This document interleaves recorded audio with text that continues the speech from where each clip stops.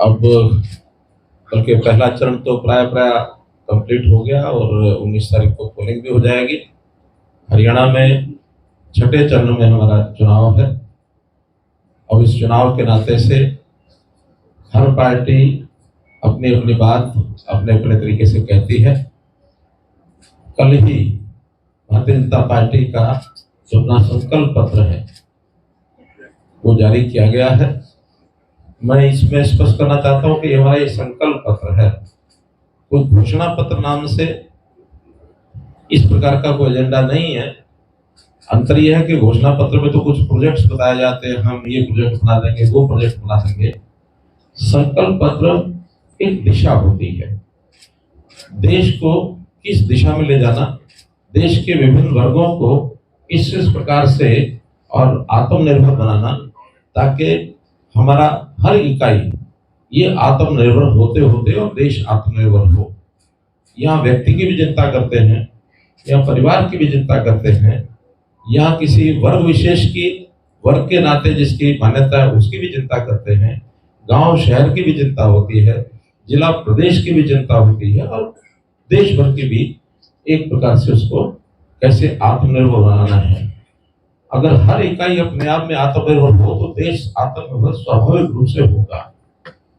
देश की विभिन्नताएं अलग अलग, चाहे वो भौगोलिक है, चाहे वो सांस्कृतिक है, चाहे भाषा के आधार पर है, चाहे प्रांत के आधार पर है, सबकी अपनी अपनी आवश्यकताएं होती हैं, सबकी परिस्थितियां होती हैं, सबका अपना एक इतिहास होता है, सबका अपना भविष्य भी आगे कैसे संवारा जाए इसकी अलग अलग योजना होती है। तो उस नाते से एक संकल्प पत्र के रूप में हमने जो बहुत कुछ कल के जो संकल्प पत्र में कहा है वो एक प्रकार की यूं माना जाए कि मोदी जी का पिछला 10 साल का शासन है, जो दिशा बनी है, जो योजनाएं चल रही हैं, उनको निरंतर आगे बढ़ाना। एक प्रकार की केवल कहने की बात नहीं है, बल्कि गारंटी शुदा बात, जिसको हमने मोदी की गारंटी कहा है, ये हम कर रहे हैं। पिछले 5 वर्ष में या उससे भी 5 वर्ष में 10 साल के अंदर जो काम हुए हैं बहुत हमें गिनाए नहीं जा सकते, लेकिन अगर उल्लेख करने लायक कुछ अगर मैं बात आपको बताऊं तो जैसा ऐसे काम, कश्मीर इसका 370 समाप्त करना, कांग्रेस के इतने सालों के अंदर इसको कभी समाप्त करने की बात भी नहीं कही, हिम्मत करना तो दूर, बात करने की हिम्मत भी नहीं हुई। आखिर किस तरीके से और यूं चुटकियों में खत्म कर दिया। 500 साल पुराना राम जन्मभूमि पर मंदिर बनने की जो बात ये समाज करता रहा है और कितनी खून खराबा हो जाएगा, ये होगा वो होगा, क्षणों में मिनटों में कर दिया। जिस वर्ग की कांग्रेस तुष्टीकरण करती रहती थी, खास करके मुस्लिम वर्ग की, वोट बैंक के नाते से करती थी, वहां भी महिलाओं के अधिकार सुरक्षित करने के लिए कभी उन्होंने सोचा नहीं। 3 तलाक की बात प्रधानमंत्री जी ने किस प्रकार से और ऐसे लागू कर दी कि जिसका कोई यानी महिलाओं का सम्मान, ये हमारे लिए बहुत महत्वपूर्ण विषय था। बड़े बड़े कार्यक्रम देश और दुनिया में यानी ऐसे परिवर्तन हुए हैं कि आज मोदी जी के बारे में हर कोई यानी विचार करता है, कहता है कि ये काम मोदी है तो मुमकिन है। देश अपनी आर्थिक स्थिति को अगर हम देखें तो 2014 में हमारा दुनिया में 11वां स्थान था, आज अगर हम देखते हैं तो हमारा 5वां स्थान है रैंकिंग में, और हमने संकल्प लिया है कि आने वाले वर्षों में हम 3रे स्थान पर दुनिया में कैसे पहुंच सकें, इस लेवल पर हम जा रहे हैं। तो इन सब बातों को ध्यान में रख करके जो बातें, चाहे वो हर वर्ग के लिए मैं कहूंगा कि एक ऐसा ज्ञान कि चारों वर्ग, मोदी जी ने कहा कि मेरे लिए 4 जातियां हैं, चाहे वो महिला है, चाहे युवा है, चाहे वो गरीब है, चाहे वो किसान है। तो ऐसा ज्ञान उन्होंने दिया और इस ज्ञान को मैं इस रूप से भी प्रभाषित करता हूँ। ज्ञान के 4 अक्षर, 4 लेटर हैं, GYAN। ज्ञान से G से गरीब, Y से युवा, A से अन्नदाता और N से नारी। तो इन चारों शब्दों के समुच्चय को ज्ञान के रूप में जो प्रदर्शित किया, बहुत रिमार्केबल चीजें कही हैं। पूरा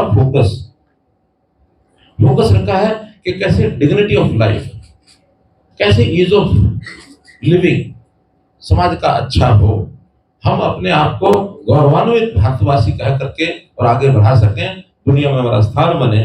तो उस नाते से हमने हर एक चीज की जो सुविधाएं देनी है उन सुविधाओं में जो हमारे अवसर हैं उसमें कैसे ज्यादा बढ़ा सकें, चाहे रोजगार की बात है, चाहे वो कृषि की बात है, चाहे वो अन्य किसी प्रकार की बात है, उसकी क्वालिटी और क्वांटिटी इन दोनों पर फोकस किया है। जो पहले वाले काम चल रहे हैं लगातार वो चलते रहेंगे, उसमें क्या क्या और बढ़ाया जा सकता है उस नाते से भी उन्होंने जो बातें बताई हैं और उसका हमने जो विचार किया है। जैसे अभी गरीबों को अन्न देने की बात जो आई थी, कोविड के अंदर खास करके शुरू की थी, मुफ्त अनाज जो दिया जाए, वो चीज 5 साल लगातार और भी उस वर्ग के लिए जिसके पहले चालू की गई थी वो 5 साल लगातार चालू रहेगी। आयुष्मान की बात, 5 लाख रुपए की जो गारंटी लगातार चल रही है, एक किसी भी आय वर्ग का व्यक्ति, बुजुर्ग, 70 साल से ऊपर का वरिष्ठ नागरिक, इसको अलग से 5 लाख की गारंटी ये देने जा रहे हैं। बुजुर्गों को इंडिविजुअली 5 लाख की, उसके को जितना बड़ी आयु का व्यक्ति होता उसका स्वास्थ्य की समस्याएं उतनी ज्यादा बढ़ती हैं, तो उनको भी 5 लाख रुपए तक की ये गारंटी हमने दी है।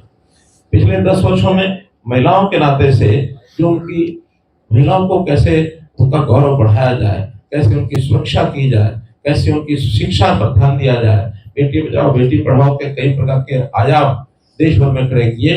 अब महिलाओं की भागीदारी हर वर्ग में, चाहे वो राजनीति हो, चाहे वो नौकरियां हो, चाहे वो उद्योग हो, अथवा एवं देश की सेना में भी महिलाओं की भागीदारी को बढ़ाना, इसको भी सुनिश्चित करने के लिए आगे काम करने की बात ये कही गई है। किसानों के नाते से किसान की आय बढ़ाने का लगातार सिलसिला चल रहा है। फूड प्रोसेसिंग पर ज्यादा जोर दिया जाए और उस फूड प्रोसेसिंग में भी यानी किसानों का जिसमें फायदा होगा, वैल्यू एडिशन की चीजें बनाई जाए, रूरल इकोनॉमी को किस प्रकार से और मजबूत किया जाए, इसकी बात भी घोषणा इसमें संकल्प पत्र में ये कही गई है। इसी प्रकार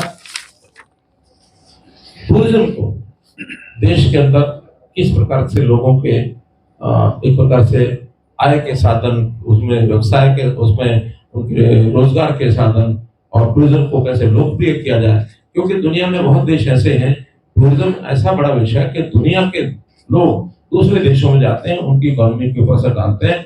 तो बहुत से देश तो ऐसे हैं टूरिज्म उनका एकमात्र साधन होता है। हमारे यहाँ भले ही कृषि प्रधान देश है, लेकिन इसमें भी टूरिज्म का स्थान और संभावनाएं बहुत हैं, इसलिए उसके ऊपर विशेष फोकस करने की बात की गई है। इसी प्रकार गरीबी रेखा से बाहर निकालना, यानी एक गरीबी जो है वैसे तो तुलनात्मक चीज है, और धीरे धीरे जैसे इकोनॉमी का साइज बढ़ता है, इकोनॉमी में प्रॉस्परसनेस आती है, वैसे ही ये जो गरीबी रेखा एक पैरामीटर होता है उससे बाहर निकालने की बात नीति आयोग ने अभी जो एक पैरामीटर बनाए हैं, उसके अंदर पिछले 10 वर्ष के अंदर 25 करोड़ लोग देश के गरीबी रेखा से ऊपर उठे हैं। और संयोग से हरियाणा का भी मैं आपको बताता हूँ कि लगभग 20 लाख परिवार गरीबी रेखा से ऊपर उठे हैं। यह अलग बात है कि हमने हरियाणा में गरीबी रेखा का पैमाना थोड़ा बदला है। देश भर में गरीबी रेखा का पैमाना 1,20,000 रुपया प्रति वर्ष की इनकम है, हमने उसको बढ़ा करके 1,80,000 कर दिया है। तो अगर 1,20,000 का पैमाना वैसे ही रहे तो 20 लाख परिवार हमारे गरीबी रेखा से हरियाणा में ऊपर उठे हैं। ये एक बड़ा विषय हमने किया है। जहाँ तक गरीब लोगों को पक्के मकान बना के देने की बात है, पिछले वर्षों में 4 करोड़ नए मकान और ये बना के दिए हैं, चाहे उसमें प्लॉट दिए, चाहे मकान दिए, रूरल भी और अर्बन भी। इस 5 वर्ष की योजना में 3 करोड़ और नए मकान, पक्के घर ये बनाने का भी एक संकल्प लिया है। घर घर में पाइप से जो रसोई गैस पहुंचाने का काम, पहले तो गैस सिलेंडर दिए हैं, अब पाइपलाइन से रसोई गैस पहुंचाई जाए घर घर में, क्योंकि शहरों में इस ट्रांसपोर्टेशन ऑफ पाइप यानी गैस ये अपने आप में एक बड़ा विषय है। तो ये ट्रांसपोर्टेशन का जो बाई रोड ट्रांसपोर्टेशन होती है, बाई रेलवे होती है, अन्य साधनों से होती है, उसको पाइपलाइन से पहुंचा करके सप्लाई जो है सुनिश्चित की जाए, ये भी उसका एक आया है। जहाँ तक पावर की बात है, ऊर्जा की बात है, ऊर्जा यानी ये सौर ऊर्जा के ऐसे प्रकल्प खड़े किए जाएंगे ताकि गरीब परिवारों में अपना ही सौर ऊर्जा का यूनिट वहां लगता है तो उनको फ्री में बिजली मिलेगी। करोड़ों लोगों के घरों में सौर ऊर्जा के लगाए जाएंगे। और किसानों के यहाँ भी यानी सौर ऊर्जा के जो पंप है, सोलर पंप्स, ये लगाया जाए। जहाँ कहीं अपनी कैपेसिटी से ज्यादा कोई उपयोग यानी जो उपयोग करते हैं उससे ज्यादा ऊर्जा उत्पादन होता है, तो उसको खरीद करके उसके लिए आय का साधन भी बनेगा। किसान के बारे में तो जैसा कहा जाता है कि फसलें जो है उसको पैदा करते हैं, हमने नारा दिया है फसलों के साथ साथ ऊर्जा भी पैदा करो, और ऊर्जा पैदा करके उसकी उनको बिक्री होने के बाद सरप्लस ऊर्जा उसका उपयोग उनको होगा, तो उनकी इनकम भी बढ़ेगी और ये ऊर्जा इंडस्ट्री में अथवा अन्य स्थानों के ऊपर उसका उपयोग होगा। इसी प्रकार रोजगार में मुद्रा योजना एक बड़ी योजना यानी पिछले वर्षों में चलाई गई थी युवाओं को ऋण देने की। उस ऋण की सीमा 10 लाख रुपए तक रखी गई थी, उस सीमा को बढ़ा करके अब 20 लाख रुपया किया जा रहा है। 20 लाख रुपया उसकी लिमिट जो लोन की उसको होगी, ताकि अपने काम को और अच्छे प्रकार से मुद्रा योजना के माध्यम से वो कर सके। एक योजना स्वनिधि योजना, जो शहरों में छोटे काम करने वाले रेडी फड़ी कोमचा ये जो लगाते हैं, इनको 10,000 रुपए से लेकर के और 50,000 रुपए तक के ऋण की ये सुविधा दी गई थी। उसको एक्सटेंड किया जा रहा है। एक तो 50,000 से राशि बढ़ाई जा रही है जो अपर लिमिट है, लोअर लिमिट तो भले ही 10,000 रहेगी, लेकिन अपर लिमिट उसमें रहता 10,000 कोई जल्दी से यानी समय पर वापस करता तो 20,000 रुपये मिल जाएगा, अगली बार 20 वापस करता 50,000 मिल जाएगा। अब इस बार 50 वापस करने के बाद अगली लिमिट उसकी और ज्यादा बढ़ाई जाएगी। और ये योजना शहरों में अभी तक थी, इसको ग्रामीण क्षेत्र के भी इस प्रकार के छोटा काम करने वाले जो लोग हैं उनके लिए भी इसको विस्तारित किया जाएगा। दिव्यांगजनों की जो आवास की योजना है उसमें उनके लिए विशेष अवसर दिलाए जाएंगे, ताकि दिव्यांगजनों को उनकी सुविधा अनुसार जैसे मकानों के निर्माण होता है वैसा करके उनको दिया जाए, और विशेष आवास सुनिश्चित करने का एक संकल्प लिया गया है। महिलाओं को सेल्फ हेल्प ग्रुप के माध्यम से 10 करोड़ महिलाएं देश भर में यानी 10 करोड़ परिवार तो इस सिस्टम से जुड़े हुए हैं। अभी तक वो अपना व्यवसाय करके कुछ छोटा उत्पादन करते हैं, उस उत्पादन की बिक्री ये अपने आप वो ज्यादातर करती हैं। अब उनका उत्पादन जब पोर्टल पर भी सुविधा मिले, ताकि कोई उत्पादन करते हैं और उसको सर्टिफाइड करके और क्वालिटी उसकी अच्छी सर्टिफाइड होने के बाद जब पर देश में कहीं से भी कोई ऑर्डर प्राप्त कर सकते हैं और बेच सकते हैं। और ऐसे सेल्फ हेल्प ग्रुप्स को न केवल उत्पादन बल्कि ट्रेनिंग के रूप में, स्किलिंग के रूप में कई तरह की स्किलिंग कराई जाएगी। विशेष तौर पर जो ड्रोन दीदी की कल्पना की गई है, ड्रोन दीदी में ऐसे सेल्फ हेल्प ग्रुप्स को लोन मिलेगा और वो एक ड्रोन के माध्यम से अपनी आजीविका वो कमा सकते हैं। ड्रोन की ट्रेनिंग इन महिलाओं को दे करके और ऐसे इन महिलाओं को लखपति दीदी यानी हर महिला 1 लाख कम से कम उसकी इनकम हो साल की, से ज्यादा कैसे हो, तो उनके पैरों पर रोजगार दे करके खड़ा करेंगे। रोजगार देने का काम इसमें ये जुड़ा गया है। अभी तक 1 करोड़ महिलाओं को लखपति दीदी बनाया जा चुका है। अगले पंचवर्षीय योजना में 3 करोड़ बहनों को लखपति दीदी बनाने की और ये मोदी जी ने गारंटी दी है। हम लोगों को उनके पैरों पर खड़ा करते हैं, कैसे वो अपना यानी व्यवसाय करके और अपने आप एक स्वाभिमानी जीवन को जी सके। कांग्रेस की तरह या बाकी पार्टी की तरह नहीं कि उनके बैंक के खातों में पैसा डाल देंगे। अभी उन्होंने भी अपना एक घोषणा पत्र लिखा है कि हम 1 लाख रुपया प्रति गरीब मिला के और खाते में डालेंगे हर महीने 8,000 रुपया महीना, ये उन्होंने घोषणा की है। अब या तो कहीं उनके मैथमेटिक्स उनको कभी समझ आता है नहीं आता, मैं भगवान जाने, लेकिन मैथमेटिक्स की कमजोरी इसमें से ध्यान में आती है कि देश में जैसे हम कहते हैं 80 करोड़ परिवार ऐसे हैं जो गरीब जिनको मान सकते हैं। हर परिवार में अगर एक महिला भी हो जिसको 1 लाख रुपए देने की बात करेंगे तो ये 80 लाख करोड़ रुपया हर साल का बनता है।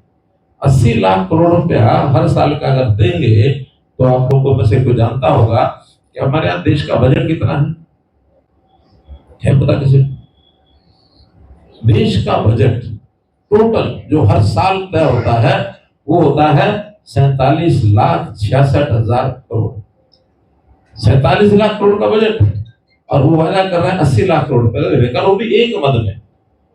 तो उनका हिसाब तब क्या आएगा क्या नहीं आएगा। और मान लो अगर वो संख्या 80 करोड़ से कम भी कर दें, हो सकता है कोई प्राथमिकता के आधार पर, क्योंकि जितना बजट है उसके बाद तो जा नहीं सकते, दे भी देंगे तो आज मैं उनसे पूछता हूँ कि वो कौन से वाले खाते में डालेंगे? क्या उसकी जनधन अकाउंट में डालेंगे या नए खाते खोलाएंगे? अगर जनधन अकाउंट में डालेंगे तो फिर किसी की गिनती होगी तो ये होगी मोदी जी वाला जनधन अकाउंट, उसमें पैसा आया। लेकिन क्या इस पैसा देने की बजाय उनको पैरों पर खड़ा किया जाए? पिछली बार उन्होंने घोषणा की थी कि हम हर युवा के खाते में 72,000 रुपया साल का डालेंगे। इस बार उन्होंने घोषणा की हर महिला के खाते में 1 लाख रुपया ये डालेंगे। तो ऐसे चौथे नारों के बजाय किसी को आत्मनिर्भर बनाना, ये विषय भारतीय जनता पार्टी ने लिया है कि देश का हर नागरिक को आत्मनिर्भर बने।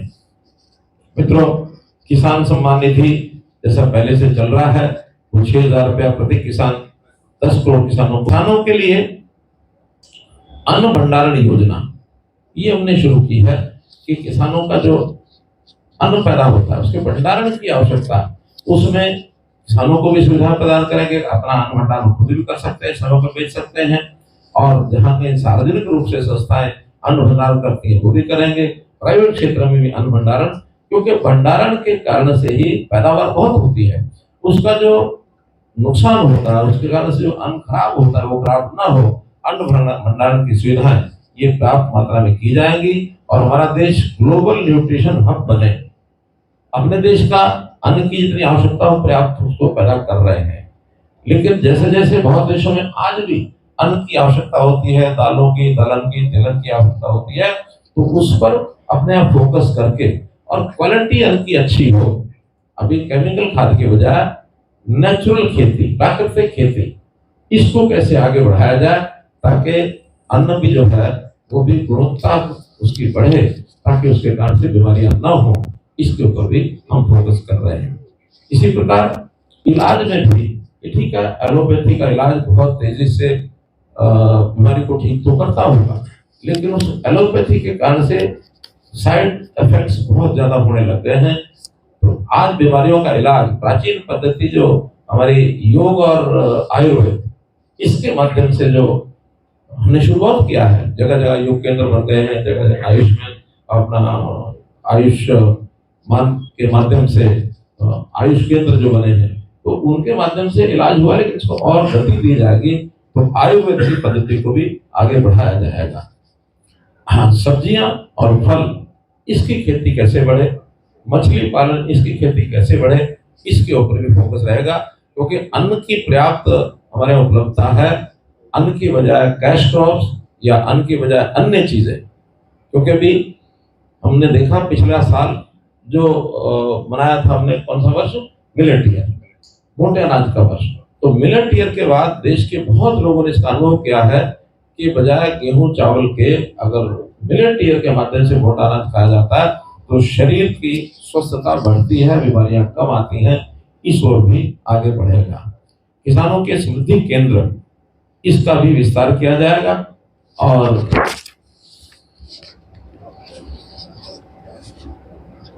इसी प्रकार से इंफ्रास्ट्रक्चर, चाहे हमारा वो फिजिकल इंफ्रास्ट्रक्चर हो, सड़कें हैं, हाईवेज हैं, एयरवेज हैं, ईवेज है, तो इन सब इंफ्रास्ट्रक्चर को बढ़ाने का संकल्प देश में जिस गति से पिछले 10 साल में इंफ्रास्ट्रक्चर बढ़ा है, जिसके कारण से हमारी आर्थिक स्थिति अच्छी हुई है, इसको और तेज गति दी जाएगी ताकि हम अच्छा इंफ्रास्ट्रक्चर तैयार करेंगे तो उसके कारण से उद्योग बढ़ेगा तो देश की आर्थिक स्थिति भी अच्छी होगी। इसी प्रकार से डिजिटल इंफ्रास्ट्रक्चर, डिजिटल रेवोल्यूशन में जितना काम अब 10 साल में हुआ है, अभी भी दुनिया के बहुत देशों से अगर मुकाबला करें तो थोड़ा पीछे है, लेकिन डिजिटल इंफ्रास्ट्रक्चर को और बढ़ा करके और अपने देश की आवश्यकताओं को पूरा करेंगे, युवाओं को रोजगार भी मिलेगा, समय की बचत होगी, पैसे की बचत होगी, तो नई क्रांति, डिजिटल क्रांति से और बढ़ेंगे। ऐसे ही सोशल इंफ्रास्ट्रक्चर में शिक्षण संस्थान हैं, विश्वविद्यालय हैं, इंजीनियरिंग के हैं, स्किलिंग के हैं, ऐसे इंफ्रास्ट्रक्चर में भी हमारे नौजवानों की शिक्षा और ट्रेनिंग, इसको बढ़ाना भी आज आवश्यकता है। आज हमारा देश युवा देश है, तो युवा देश के नाते से डेमोग्राफी जो अपने देश की है, ये एक प्रकार से हमारी फेवर में है। हम अपने देश को युवा देश कह सकते हैं। दुनिया के बहुत देश ऐसे हैं जहाँ युवाओं की संख्या कम हो गई है, वर्किंग फोर्स उनको आवश्यकता है, अपने देश की ट्रेंड युवा फोर्स को देश की भी आवश्यकता पूरी करेंगे, दुनिया की भी आवश्यकता पूरी करेंगे। इस नाते से बहुत आगे बढ़ रहे हैं। हमारे यहाँ दुर्घटनाएं बहुत होती हैं। ड्राइवरों के लिए भी विशेष प्रशिक्षण, खास करके हाईवेज के ऊपर ड्राइवरों के ठहरने करने के लिए, गाड़ियों को ठहरने करने के लिए जो इंफ्रास्ट्रक्चर है, इसका भी विकास किया जाएगा।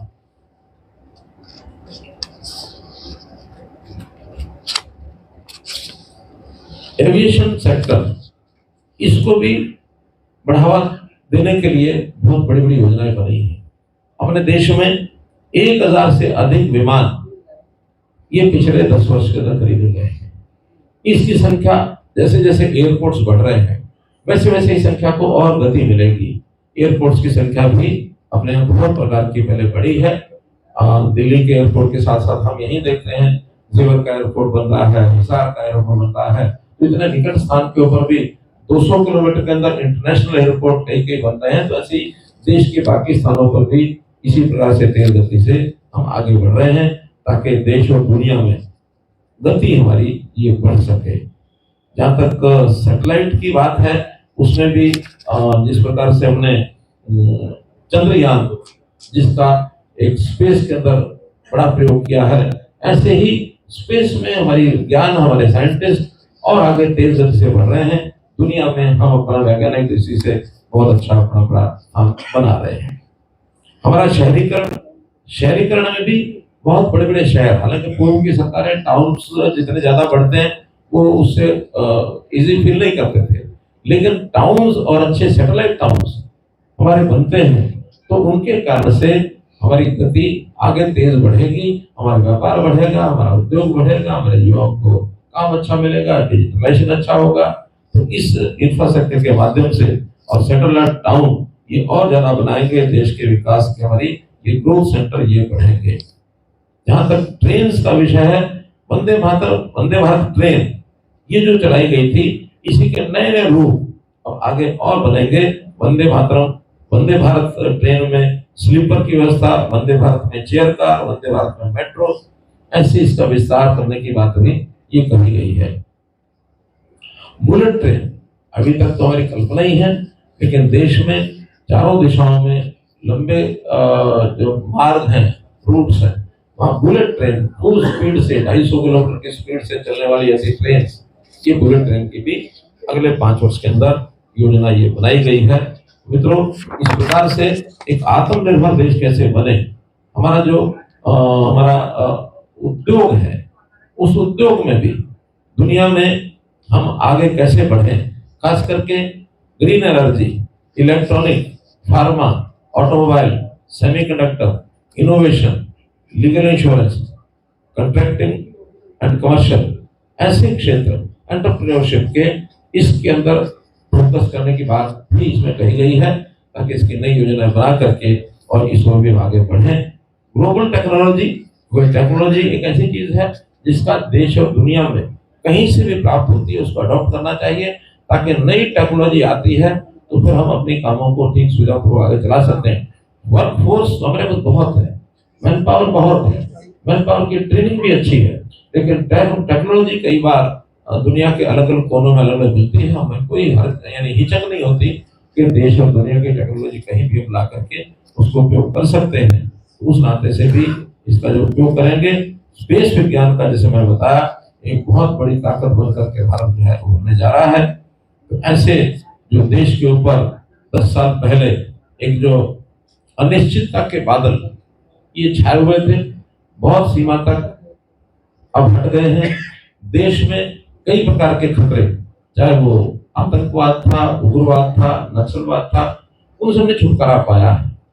अब देश हमारा सुख और शांति की ओर आगे बढ़ रहा है, लेकिन यही जो बादल, एक प्रकार के अनिश्चितता के बादल दुनिया के बहुत देशों में भी छाए हुए हैं। हम देखते हैं कभी ना कभी कोई ना कोई ऐसे देशों की लड़ाइयां चलती रहती हैं।